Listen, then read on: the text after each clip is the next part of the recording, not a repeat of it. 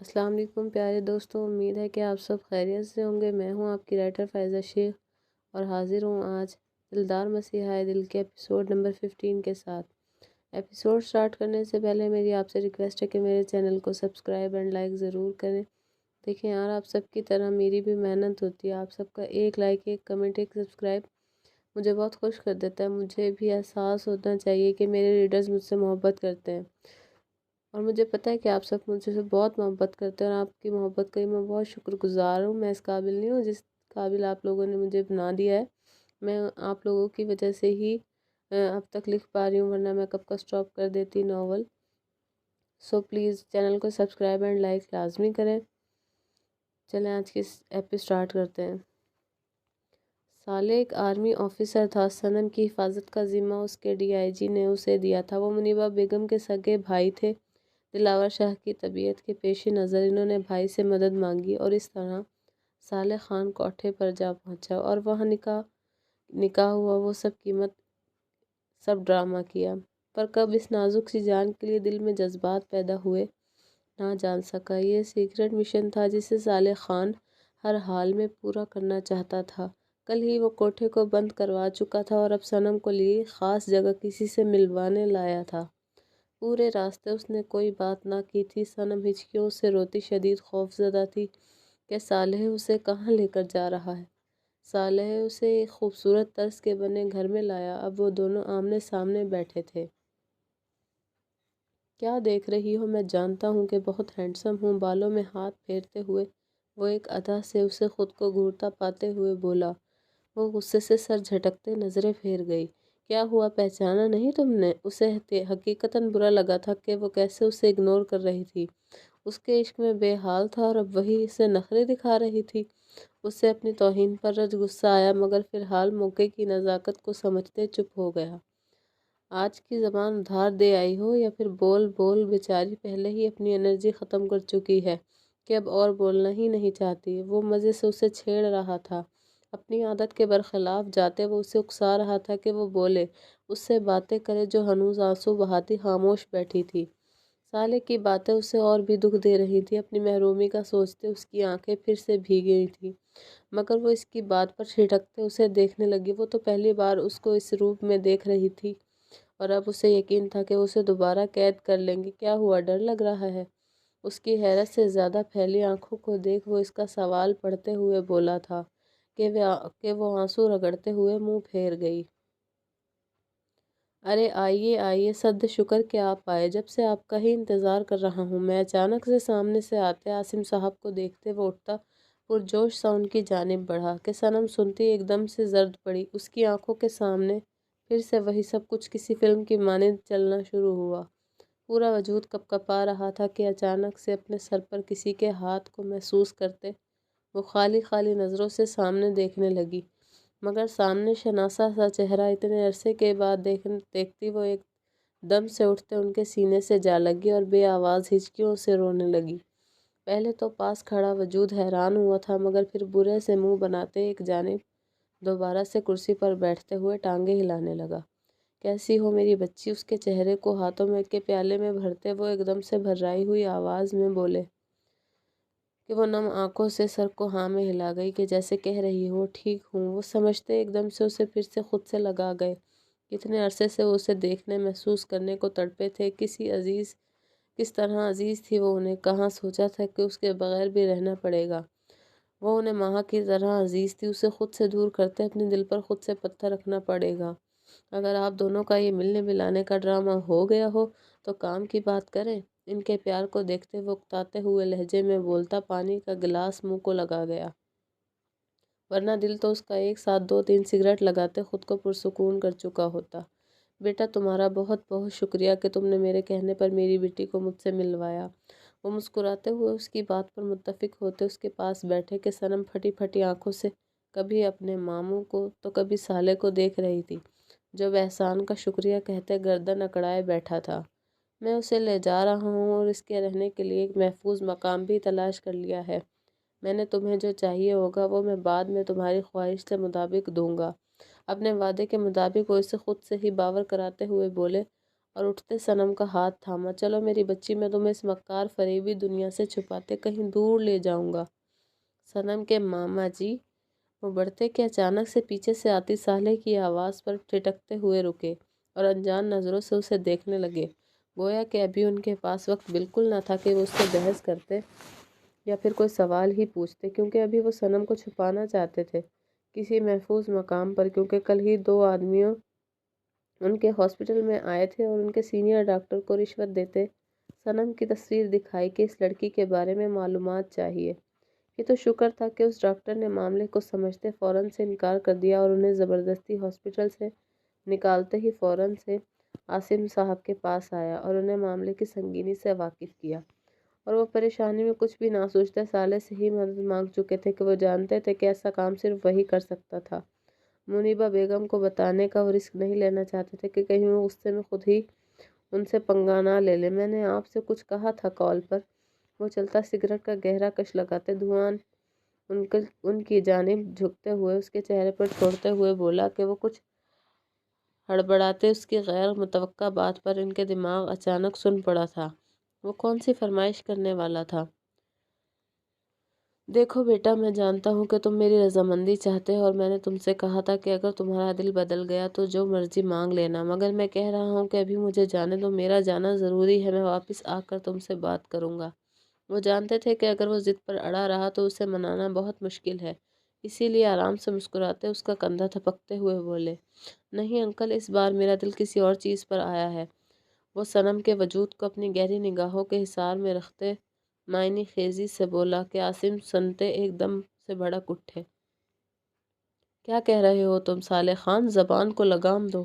وہ غصے سے صنم کو اپنے پیچھے کرتے اس کے سامنے آتے ہوئے بولے کہ وہ ہنسا ان کی بے وقوفی پر۔ آپ کی سادہ سی زبان میں کہوں تو پسند آ گئی ہے مجھے آپ کی بھانجی، اب یہ صالح خان کی ہے اور صالح خان اس سے شادی کر چکا ہے۔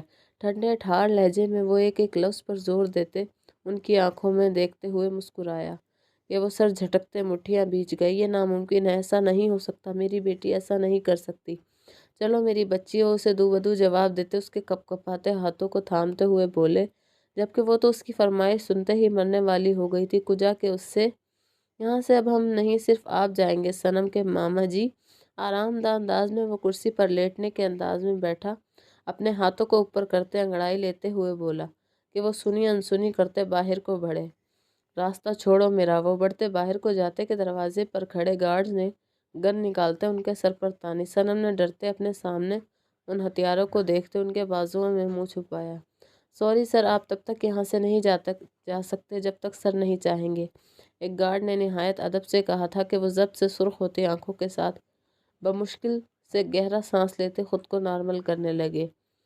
ادھر سسر جی، ادھر آئیے، وہاں کیا کر رہے ہیں؟ وہ مسکراتے سیٹی بجاتا انہیں اپنی جانب متوجہ کرتے پیار سے بولا کہ وہ سنتے نفی میں سر ہلاتے دوبارہ سے صنم کو لیتے اس کے سامنے گئے۔ کیا چاہتے ہو آخر تم؟ وہ غصے سے ضبط کھوتے اس پر دہاڑ اٹھے تھے، جبکہ وہ بنا برا منائے یوں ہی لیٹا رہا۔ آپ کی بیٹی سے شادی نکاح تو پہلے ہی کر چکا ہوں۔ ببل منہ میں ڈالتے وہ نارمل سے انداز میں بولتے انہیں سر تپاؤں سلگا گیا۔ جانتے بھی ہو اس کے بارے میں کچھ جو شادی کرنا چاہتے ہو؟ اس کا کل، اس کا ماضی کچھ معلوم نہیں تمہیں؟ مجھے پرواہ نہیں، اس نے عام انداز میں جواب دیا، مگر نظریں ابھی بھی اس نازک وجود پر اٹکی ہوئی تھی۔ 6 ماہ، یہ 6 ماہ تک یہ گھر سے باہر رہی ہے، اغوا کیا تھا اسے گنڈوں نے، ایک کوٹھے پر وقت گزار کے آئی ہے، پوری دنیا اسے بدچلن کہتی ہے، اس کی ماں کو بھی وہ لوگ مار چکے تھے اور اس کی ماں کی موت کی ذمہ دار بھی یہ مانی جاتی ہے کہ آپ بھی کرو گے اس سے شادی؟ الفاظ تھے یا وحشت، وہ بولتے اپنے دل پر جبر کر رہے تھے۔